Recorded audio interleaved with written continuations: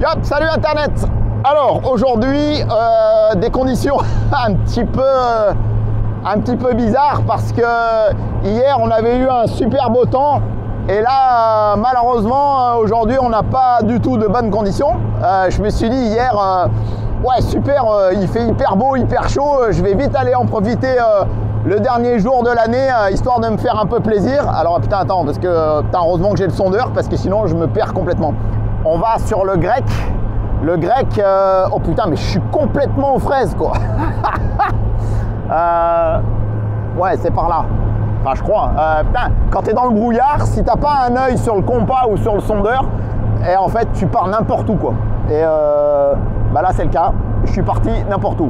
Ouais, alors, je disais, aujourd'hui, je vais me faire le grec. Le grec, c'est un cargo qui a sauté sur une mine.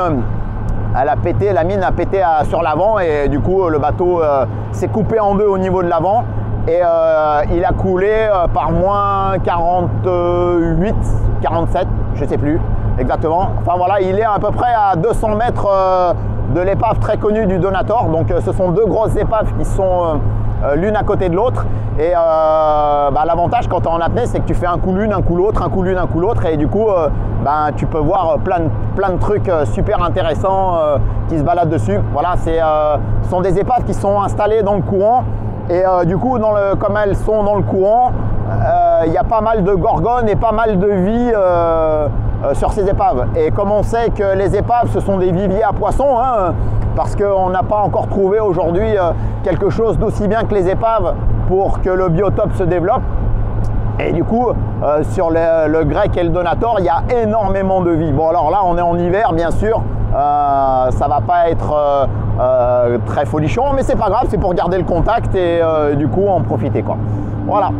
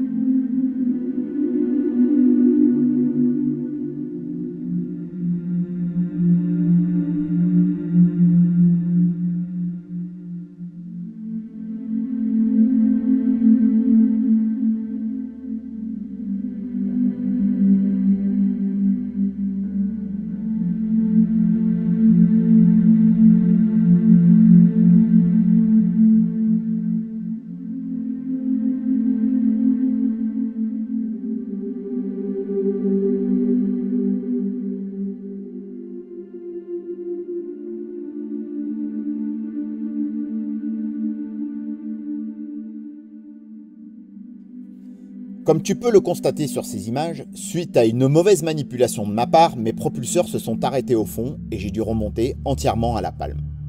J'attire donc ton attention et en profite pour te donner quelques conseils si toi aussi un jour tu désires utiliser ce genre d'engin. Tout d'abord, ne jamais aller à une profondeur où tu es incapable de remonter à la palme. Toujours garder 20% de tes ressources en cas de problème. Finir ta remontée à la palme dès que tu arrives à moins 20 mètres, mais surtout espacer un maximum le temps entre deux apnées, sous peine de faire un accident de décompression. J'en profite aussi pour te raconter combien il est difficile de réaliser ce genre de vidéo. Déjà, il faut réussir à descendre à ces profondeurs, puis avoir suffisamment de temps pour enregistrer tes images. Images que tu dois réaliser le plus lentement possible pour que ce soit regardable. Tu dois être aussi le plus stable possible, choisir des plans originaux, ne pas te prendre l'épave dans la tête, ne pas te coincer, ne pas te prendre dans les fils de pêcheurs, et crois-moi, il y en a beaucoup, ne rien abîmer au fond car tu n'es pas chez toi, ne pas taper ta perche, faire attention à ta caméra, faire attention également à ton éclairage pour pas cramer ton image ou rendre aveugler les poissons, penser à ton apnée et ton ressenti, savoir quand remonter, ne pas te faire couper la tête par un bateau quand tu remontes, mais surtout savoir remonter tout en gardant suffisamment de réserve afin de pallier à un éventuel problème et ainsi garder assez d'énergie pour pouvoir enchaîner d'autres apnées par la suite. Car oui, il te faudra faire plusieurs descentes le même jour si tu veux être raccord dans tes images. Il faudra ensuite savoir faire un montage, retoucher tes images, choisir une bande son qui colle à ton film et qui fait plaisir au public, et enfin ne pas t'énerver avec le nombre incalculable de mecs qui viendront vomir de jalousie sur ta vidéo. Voilà, je serais alors heureux de ne plus être le seul à faire ça, et puis la concurrence, ça fait progresser. Cela dit, garde en tête que cela doit toujours rester une passion avant tout.